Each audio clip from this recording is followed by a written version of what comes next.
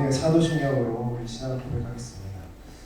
전능하사 천지를 만드신 하나님 아버지를 나는 믿사오며 그 외아들 우리 주 예수 그리스도를 믿사오니 이는 성령으로 잉태하사 동정녀 마리아에게 나시고 본디오 빌라도에게 고난을 받으사 십자가에 못 박혀 죽으시고 장사한 지 사흘 만에 죽은 자 가운데서 다시 살아나시며 하늘에 오르사 전능하신 하나님 편에 앉아 계시다가 저리로서 산자와 죽은 자를 심판하러 오시리라.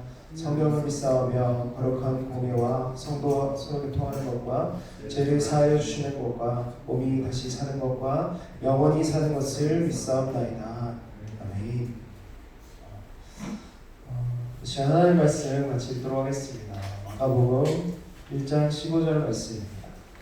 마가복음 1장 15절 말씀인데 한 목소리로 같이 한번 읽도록 하겠습니다. 시작. 이르시되 때가 찼고 하나님의 나라가 가까이 왔으니 회개하고 복음을 들으라 하시더라.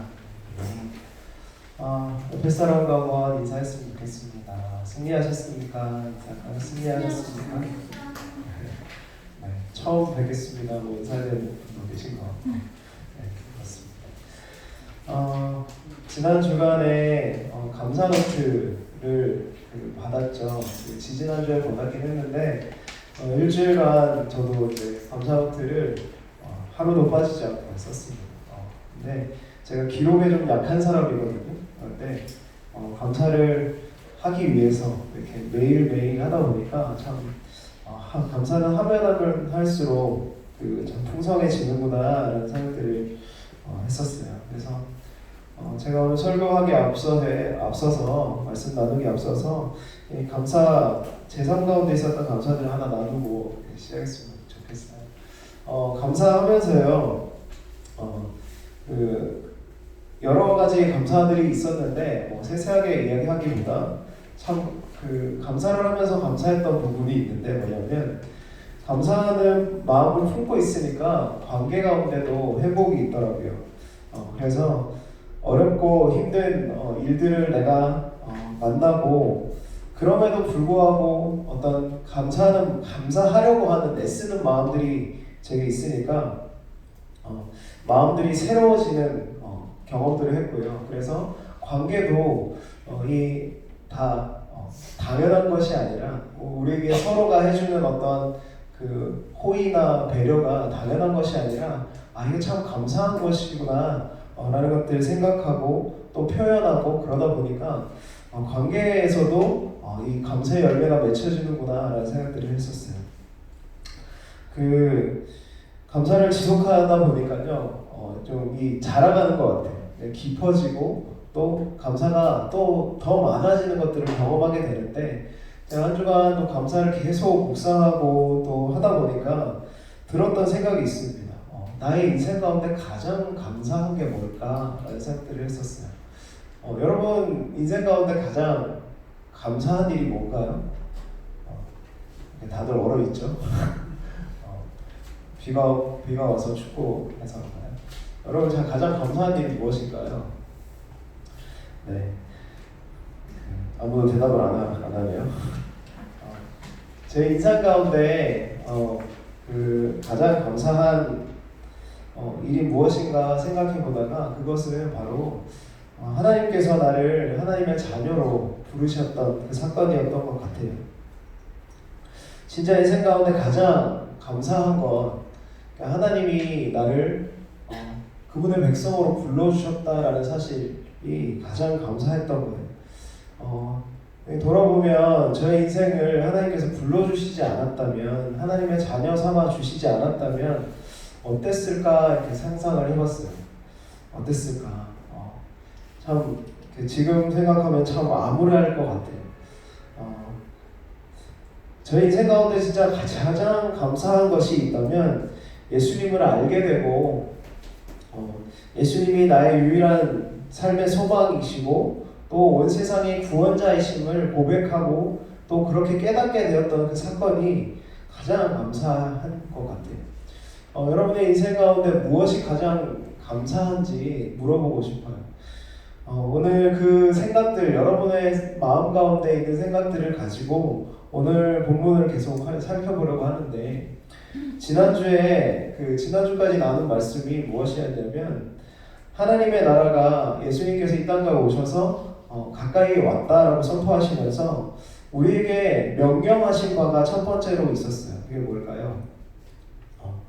회개하라라는 거였어요. 오늘 본문에 보면 하나님의 나라가 가까이 왔으니까 너희가 회개하라라는 내용을 지난주에 살펴보았습니다. 그 회개해야 한다라는 이야기를 살펴보면서 우리가 마지막에 이야기했던 것이 무엇이었냐면 회개가 그 후회가 아니라 방향의 전환이라고 한다면 우리 인생에 가장 중요한 방향의 전환이 있다면 그것이 무엇이냐면 우리가 예수 그리스도 그분을 누구라고 생각하는지 그것에서 우리가 돌이키는 것, 그거에서 방향이 전환되는 그 사건이 우리 인생 가운데 가장 중요한 방향의 전환이고 그것이 회개이다라는 이야기를 했었어요. 우리는 예수님을 우리의 삶의 주인이라고 생각하는지 모르겠습니다. 우리의 삶의 대부분의 경우 우리가 예수님을 주님으로 고백하지 않습니다. 그리고 구원자라고 그냥 생각할지 모르지만 그분이 나의 삶을 다스리시는 주인이시다라고 고백하면서 또 그렇게 살아가지도 않는다라는 거죠. 하나님의 나라의 백성이 된다는 건 그것은 다른 말로 예수님을 주인으로 삼고 산다라는 말이 될 거예요. 스스로 하나님으로부터 멀어져서 온 세상이 망가지고 저희들도 망가졌는데 하나님은 우리를 포기하지 않으시고 그분의 모든 것, 예수님은 그분의 모든 것들을 우리에게 내어주시고 그분의 생명까지 우리를 내어주심으로 해서 우리를 다시 살리셨다라는 것들을 우리가 말하는데 그렇게 됨으로써 그것들을 아는 사람들은 이 예수님을요 자신의 모든 것들을 내어주신 그 예수님을요 자신의 삶의 주인으로 모시고 살아가게 된다라는 거예요. 예수님을 믿는 많은 사람들이 예수님을 구원자라고 생각하긴 합니다. 그런데 진정으로 삶으로 나의 삶의 주인이 예수님이시다라고 고백은 할지 모르지만 그렇게 살아가지 않는 것 같아요. 여러분은 어떤지 모르겠습니다. 예수님께서 그런 삶으로부터 돌이키라라고 말씀하셨어요. 오늘 본문을 통해서 예수님께서 그런 삶에서 돌이키라, 회개하라라고 말씀하시면서 두 번째로 이제 명령하는 부분이 오늘 내용입니다. 그 두 번째로 명령하고 있는 내용이 무엇이냐면 복음을 믿으라라는 거예요. 복음을 믿으라. 마가복음 1장 15절은요 예수님이 하신 말씀일까요? 오늘 왜 이러죠? 분위기가 되게 어려운 것 같아요. 예수님의 1장 15절이 예수님의 하시는 말씀일까요? 성경책 가지고 계시다면 빨간 줄로 되어 있나요? 사실은 예수님이 직접적으로 하신 말씀을 기록한 것이 아닐지도 모릅니다. 예수님이 복음이라는 단어를 직접적으로 사용했을까라는 생각들을 하게 돼요. 왜냐하면 이 마가복음 1장 15절의 말씀은요, 마가가 예수님이 그분의 사역을 하시면서 수많은 말씀들을 하셨거든요. 사역과 말씀들을 하셨는데 그 선포하셨던 수많은 메시지를 핵심적으로 요약해 놓은 것이 마가복음 1장 15절이에요. 저희가 계속 살펴보고 있는 말씀인데 이 말씀은 예수님께서 그분의 사역을 진짜 핵심적으로 요약해 놓은 사실인데 그 요약해서 마가라는 사람이 베드로의 제자인 마가라는 사람이 기록해 놓은 거죠. 그래서 예수님의 핵심적인 사역이 무엇이냐 하면 사람들을 하나님께로 돌이키게 하는 사역과 또 이 복음이라는 것을 믿게 하는 사역을 하셨다라는 게 오늘 그 본문이 이야기해 주는 것이죠. 그렇다면 오늘과 다음 주에 걸쳐서 이 예수님의 말씀을 우리가 생각해 보길 원하는데, 이 복음이라는 것을 믿게 만드는 사역을 예수님께서 그 인생을 던져서 하셨는데, 우리는 이 복음이 무엇인지에 대해서 잘 생각해 보아야 한다라는 생각들이 들었어요. 그래서 오늘과 다음 주에 걸쳐서 이 복음이 무엇인지에 대해서 우리가 깊게 한번 생각해 보려고 합니다. 복음이 무엇입니까? 복음이 여러분 무엇이라고 생각하십니까? 복음은요, 한자어죠, 한자어. 한자어인데 무슨 뜻이에요? 복음이? 복음이 무슨 뜻입니까? 복된 기쁜 소리. 복된 소리, 기쁜 소식 뭐 이렇게도 하고요. 복된 소리라고 우리는 할 수 있습니다. 영어로 하면 무슨 말인가요? 복음. 굿 뉴스죠. 굿 뉴스. 뭐 가스펠 이런 말도 있고 에반젤 이런 말도 있는데 복음을 우리는 좋은 소식이라고 이야기합니다. 그래서 우리가 일반적으로 이런 얘기를 하잖아요. 어떤 애가 막 와가지고 이렇게 어떤 사람한테 묻는 장면을 어딘가 본 적이 있을 거예요. 좋은 소식과 나쁜 소식이 있는데 뭘 먼저 들을래? 뭐 이런 질문하잖아요. 그래서 이 좋은 소식이라는 말이 가지고 있는 이미지가 뭘까? 굿뉴스라고 하는 이 이미지가 뭘까라는 걸 생각하게 되는데, 들으면 기분 좋아지는 소식이잖아요. 좋은 소식이라는 거. 배드 뉴스는 기분 나빠지고 막 뭔가 내 삶을 힘들게 하는 어떤 것일 수 있죠.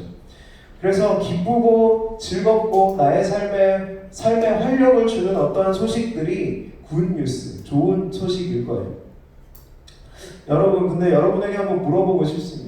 예수님께서 말씀하시는 이 복음이 여러분에게 정말로 좋은 소식입니까? 굿뉴스예요. 이 질문을 여러분 머릿속에 한번 이 시간에 던져보았으면 좋겠어요. 예수님이 말씀하시는 이 복음이 우리에게 정말 좋은 소식인가라는 거예요.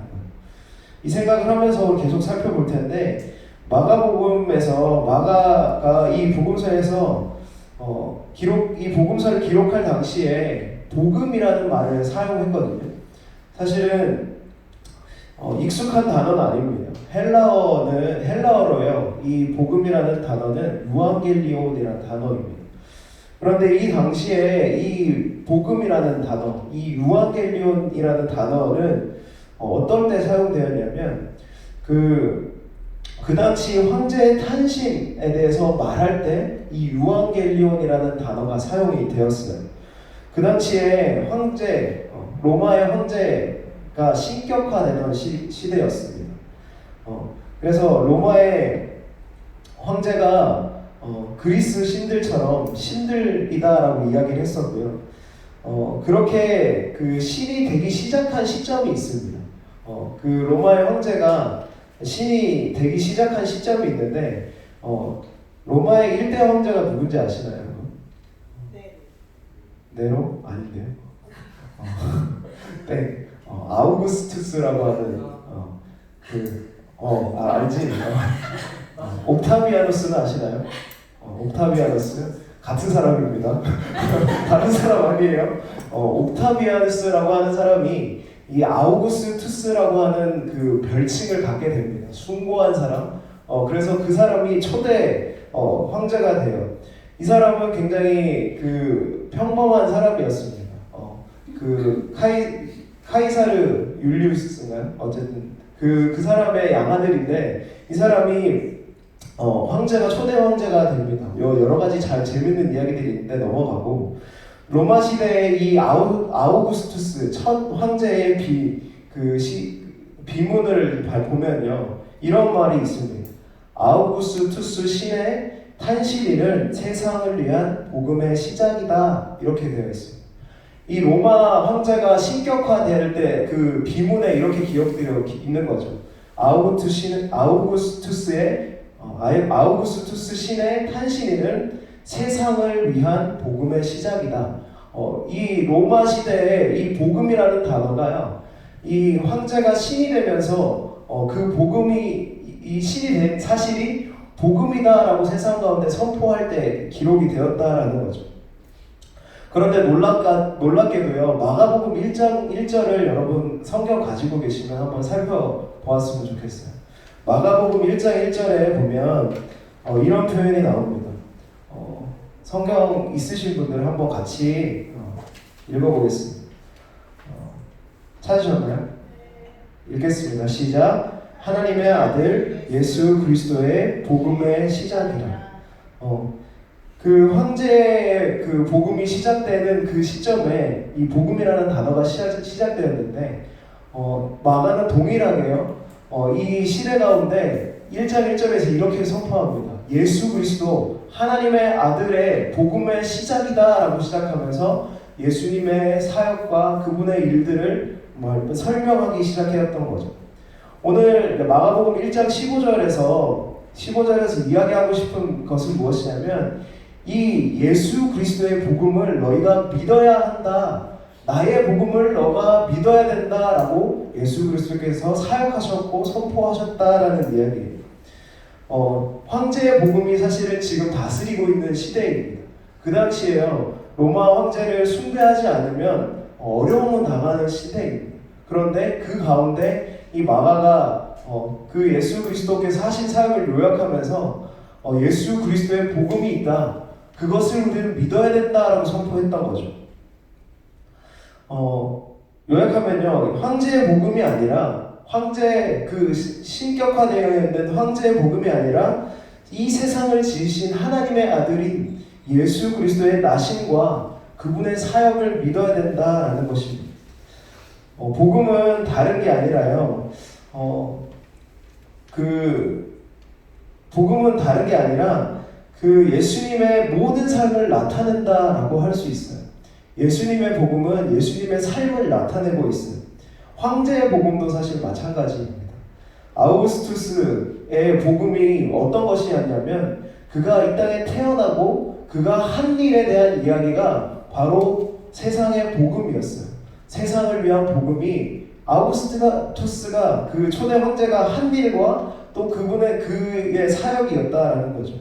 예수님의 복음도 마찬가지입니다. 예수님의 복음은 예수님 자체였다라는 거예요. 그래서 예수님은 이 땅 가운데 오셨고 또 그분의 사명을 다해 이루신 모든 사역들, 그 역사적인 사실들이 예수님이 말씀하시는 이 복음 그 자체다라는 거죠. 여러분, 그런데 여기까지 오면 우리가 생각해 볼 것이 있습니다. 무엇이냐면 분명한 것은 우리가 살아가다 보면요, 우리는 예수님이 선포하신 이 복음이 아니라 그 당시에 그 마가가 살던 당시에 있었던 이 황제의 복음처럼 저와 여러분 가운데도 예수님의 복음만 있는 게 아니라 이 세상의 복음, 황제의 복음이 들려지는 시대에 살고 있음을 어렵지 않게 발견할 수 있다라는 거예요. 그 시대의 황제의 복음이라고 불려지는 복음이요, 예수와 다른 복음이 존재했습니다. 초대교회에서 분명한 사실은요, 이 황제의 복음이 그 당시에 더 큰 영향력을 가지고 있었습니다. 그래서요, 여러분 그 말 아시나요? 역사 시간 같은데 팍스 로마나라는 말 아시죠? 팍스 로마나 아무도 모르나요? 아시나요? 로마의 통치권 아래 있으면 평화를 누리게 된다라는 말을 로마가 했었습니다. 그래서요, 이 로마의 복음, 이 황제의 복음이 그 당시에 어마어마한 그 영향력을 가지고 있었던 거죠. 제가 이 이야기를 왜 하냐면요, 저와 여러분이 살고 있는 이 세상, 저와 여러분이 살고 있는 이 현실도요, 황제의 복음이 존재한다라는 거예요. 예수의 복음이 우리에게 선포되었고 우리는 그것을 따라가고 있지만 세상은 그와 반대되게 예수의 복음이 아니라 다른 복음들이 지배하고 영향력을 크게 가지는 그런 일들이 우리 삶 가운데 굉장히 많다라는 사실입니다. 세상에도 이러한 비슷한, 황제는 사라졌지만 이와 비슷한 종류의 메시지들이 너무나 많습니다. 너희가 이것을 하면 평안하게 될 거다. 너희가 저것을 하면 너희가 잘 나갈 거다. 너희가 이것저것을 하면 잘 될 거다라는 메시지가 너무나도 많습니다. 로마 시대에도 그랬겠지만요, 세상은 끊임없이 이런 종류의 말들을 우리에게 쏟아냅니다. 그런데요, 분명한 것은 이 황제의 메시지, 그리고 이 세상의 메시지들은요, 사실 진정한 그들이 약속한 평안을 주지 않는다라는 거예요. 역사적으로 그 모든 복음들은요, 사람들을 착취하고 구속하고 그 안에 매이게 만들었습니다. 사람들에게 그 진정한 평안을 주기보다 어떤 구속을 주었고요, 두려움을 주었던 것이 사실입니다. 이런 현재의 복음, 세상의 복음은요, 오늘날에도 존재하죠. 이런저런 좋은 것들을 세상 가운데 사람들에게 약속하지만 실상 그것을 끝까지 한번 따라가 보면 공허함과 두려움, 아무것도 남지 않는 것들을 많이 보게 됩니다. 저와 여러분이 함께 또 나누었었던 풍삼초라고 하는 그 책에 보면 이 세상의 어떤 가치들을 네 가지로 설명하는 것이 나옵니다. 권력과 명예와 또 뭐 있죠? 쾌락과 재정적인 것들. 이 모든 것들이 사실 세상의 목소리, 세상의 복음이라고 할 수 있을 것 같아요. 여러분, 세상은 참 악합니다. 그때도 악했지만요, 세상은 악해요. 요즘 시대도 참 마찬가지입니다. 제가 지난주에 설명하면서 우리가 M4 시대를 살아간다, 또 우리가 생명을 포기하는 일들이 우리 주변에 있다라는 이야기들도 막 했었는데요. 제가 어떤 그 청년 사역에 대해서 이렇게 공부하다가 그런 말들을 들었어요. 사실은 청년이라는 이름을 가지고 있는 그 모든 시대의 사람들이 그 희망적이었었던 때는 별로 없었다라는 이야기를 하더라고요. 세상은요, 요즘 시대도 그랬고요, 이전 시대에도 그랬고, 청년들에게 두려움을 심어줬다라는 거예요. 역사적으로 청년의 때가 희망적이었던 때는 별로 없었다라는 이야기들을 하는 겁니다. 청년들은 언제나 기존의 가치관들과 싸워왔고, 또 청년들은 자신의 젊음과 어떤 열정들을 희생해서 정말 가치 있는 일들을 위해서 자신의 삶을 희생하는 일들을 해왔다라는 거죠. 기성세대들은 늘 두려움으로 청년들을 희생하게 만드는 역사가 사실은 인류의 역사인지 모르겠어요. 요즘 시대에 많은 청년들이 그 청년다움을 잃어가고 있습니다. 청년다움이라면 뭐랄까요? 정말 진취적이고 또 싸우고 하는 어떤 것들이 있습니다. 그런데 이 세대가 너무 악한 것 같아요. 너희는 불쌍해. 스스로를 불쌍히 여기게 만듭니다. 끊임없이 약하게 만들어 버립니다. 그래서 모든 것들 도전할 마음까지 포기하게 만드는 그런 이 세대 가운데 우리가 살아가고 있는지 모르겠다라는 거예요. 저를 포함해 이 시대를 살아가는 청년들이 새로운 것에 도전하는 힘들이 너무나도 약해진 것이 사실인 것 같아요. 사회가 우리에게 두려움을 심어주어서 어떤 패배주의에 물들어버리는 것 같다라는 생각들도 많이 듭니다. 사랑하는 여러분, 그런데요, 세상 가운데 선포되어지는 수많은 종류의 이러한 복음, 좋게 들리는 어떤 복음들, 이러저러한 그 소식들이 있습니다. 대학과 직장에 취업해야 너희 삶이 안정되고 행복할 것이다 라는 종류의 거짓말을요, 우리는 믿어서는 안 됩니다. 그것과 우리는 싸워야 돼요. 여러분 마음 가운데, 여러분의 심정 가운데 늘 그 싸움들이 있을 거라고 생각합니다. 아닌가요? 여러분, 대학 가도 취업해도요, 이 싸움은 끝나지 않습니다. 진정한 평안이 우리에게 있느냐, 대학 가면 진정한 평안이 있느냐, 그렇다라고 말할 수 없습니다. 청년들에게 우상이 되어 있는 것들 중에 사실은 청년 사역의 핵심적인 두 가지가 진로와 이성, 결혼의 문제입니다. 그런데 대부분의 경우 이것이 우상이 되어 있는 경우가 너무나 많습니다. 그것이 주어져야만 내가 행복할 거라고 생각합니다. 그렇지 않습니다, 여러분. 그건 거짓말이에요. 인간이 진짜 인간에게 필요한 것은 그런 것이 아니라, 우리의 삶에 진짜 중요한 것은 그런 것이 아니라, 우리에게 근본적으로 우리 안에 있는 그 죄의 문제를 우리의 상태를 해결하는 것이 우리에게 진짜 필요하다라는 거예요. 인간은요, 근본적으로 선한 능력을 상실해 버렸습니다. 타락 이후에 우리가 스스로 하나님을 내몰아 버린 이후에는요, 우리가 선을 행할 능력이 없어졌고요. 근원적으로 죄가 우리를 다스리는 한 우리 삶의 고통이라는 것은 없어지지 않을 거예요. 어떤 지체가 저한테도 계속 매주 전화 오는 지체가 한 명 있어요. 매주 전화 오는 지체가 한 명 있는데 교회는 안 나와요. 그런데 계속 이야기하는 게 왜 이렇게 삶이 고통스러울까요? 나는 어떻게 해야 될까요? 계속 물어요. 근데 제가 해주는 말이 있습니다. 원래 그런 거다. 우리의 삶은 원래 고통스럽다.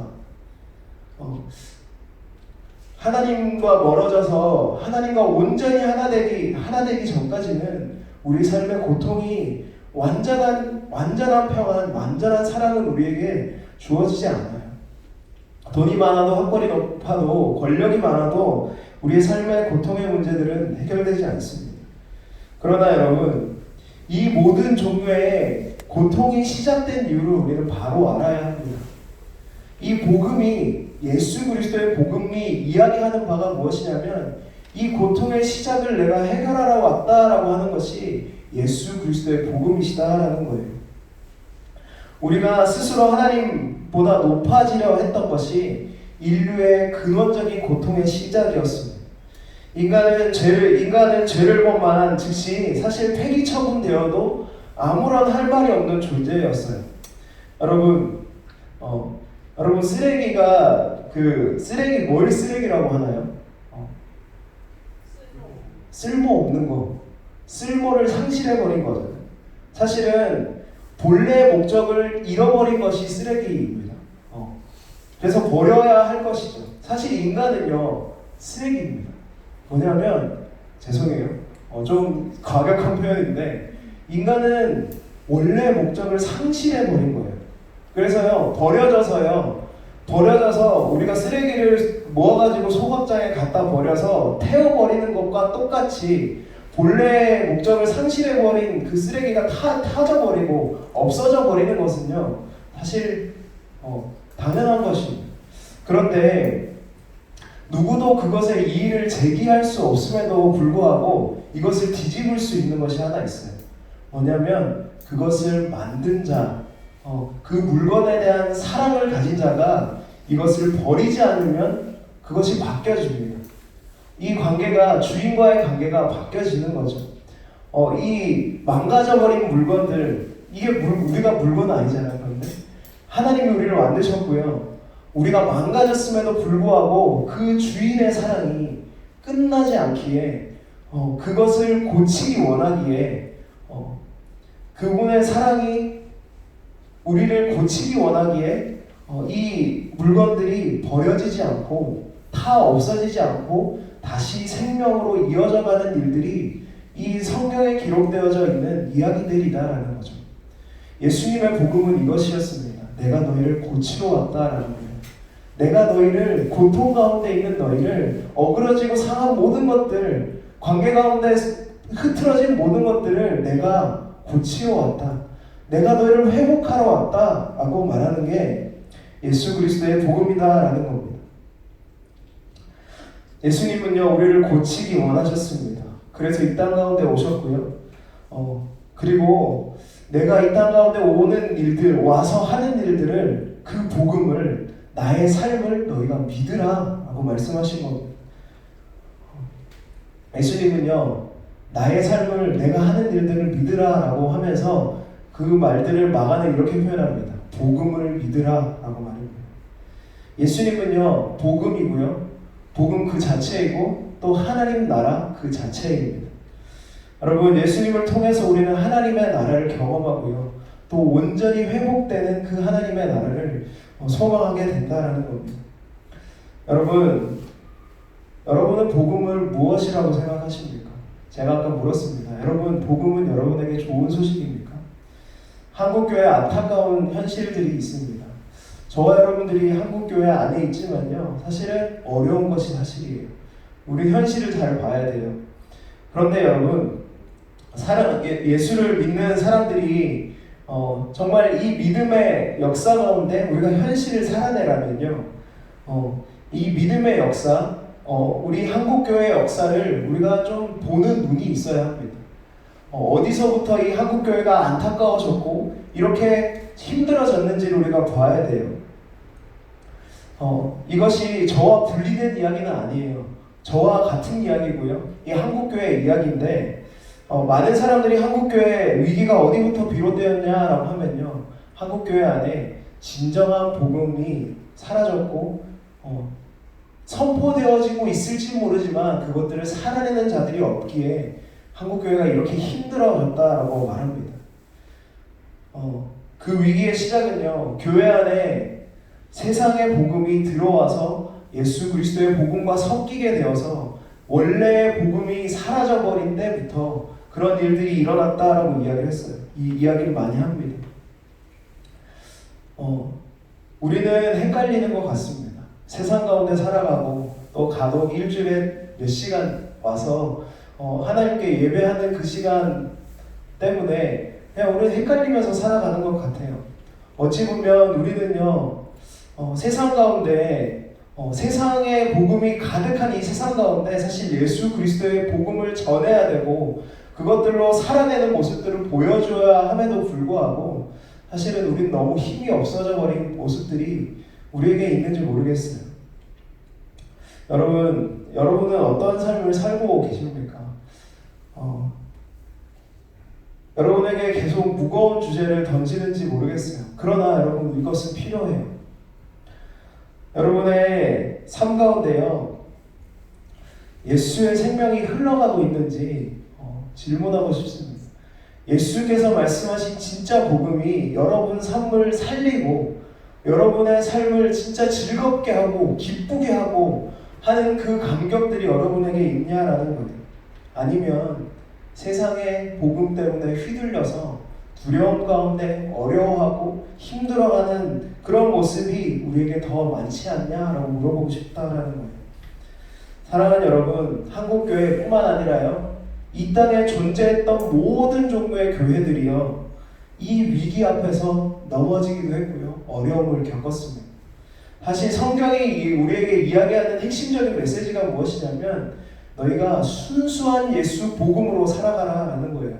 다른 복음들 귀 기울이지 말고 그 예수 앞에 살아가고 예수로 인하여 그 예수를 주로 고백하며 그렇게 살아라라는 메시지가 이 성경의 핵심적인 메시지입니다. 여러분은 어떤 복음을 믿고 계십니까? 여러분은 복음을 정말로 살아내고 있습니까? 예수로 살아가고 있습니까? 사랑하는 여러분, 복음은요 모든 사람들에게 기쁜 소식이 아니에요.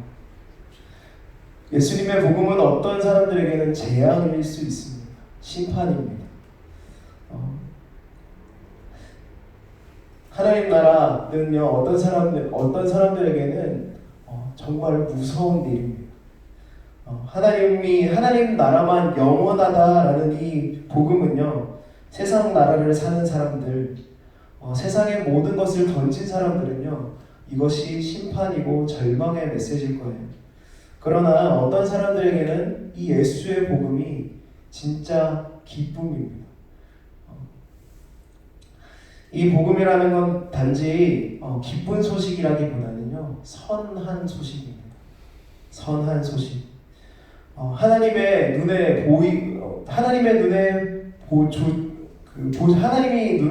보시기에 좋은 땅, 그 땅이 어디냐면 바로 에덴, 죄가 없었던 그 아름다운 땅, 그것이 다시 회복되는 그 소식이 바로 이 복음이라는 선한 소식입니다. 사랑하는 여러분, 여러분에게 도전하면서 이 설교를 마치기로 원해요.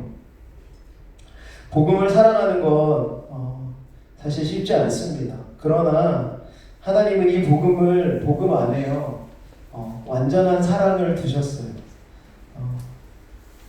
자신의 생명을 내어주시는 그 사랑을요 이 복음 안에 두셨습니다. 세상은요 우리를 힘으로 굴복시키고요 예수님은 우리를 그 그분의 사랑 앞에 무릎 꿇게 하셨습니다. 사랑하는 여러분, 이 복음을 알아가길 여러분 간절히 소원합니다. 여러분, 우리가 함께 이 공동체를 통하여서 이 복음을 누리고 알아가기를 간절히 소원합니다.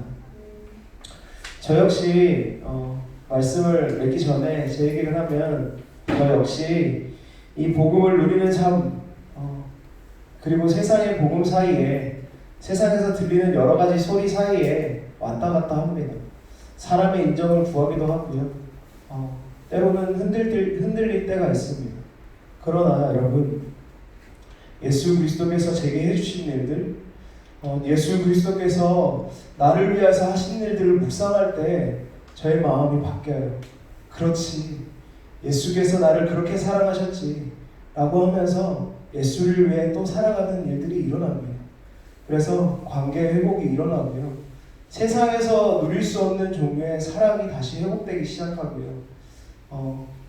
제가 이런 경험들을 했어요. 사실은 저는 그렇게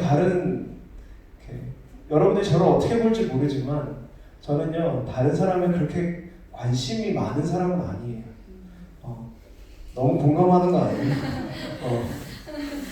사실은 교육자라고 살고 있지만요, 진짜 배려하고 뭔가 이렇게 저 자신만 잘 알지 좀 이기적인 외동아들이라서 그런 부분들이 있어요. 그런데 제가 교육자로서 계속 기도하고 하나님의 사랑을 알아가다 보니까요, 감사했던 일이 있습니다. 기도하다가 보니까 저 자신만을 돌아보고 있는 게 아니라 우리 지체들을 돌아보게 하셨어요. 생각나게 하시고 기도하게 하시는 거예요. 그리고 무릎 꿇고 기도하게 하셨어요.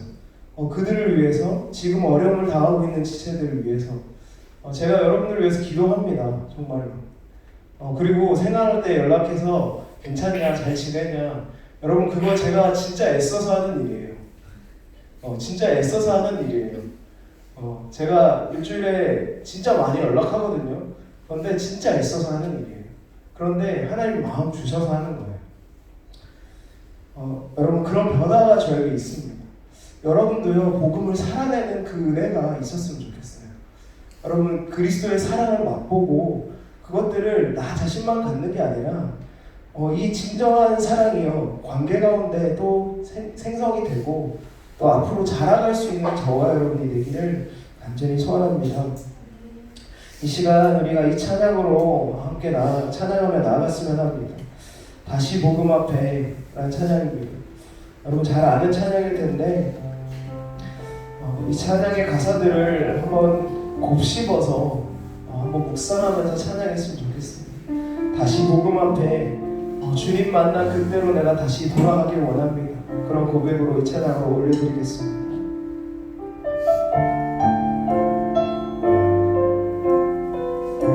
많은 이들만 하고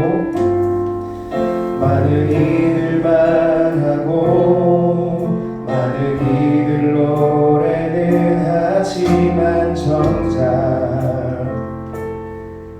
가지 않는 길, 두려운 생각보다 많이 힘들고 험한 길보단 그저 말로만 가려기에 점점 멀어져만 가네.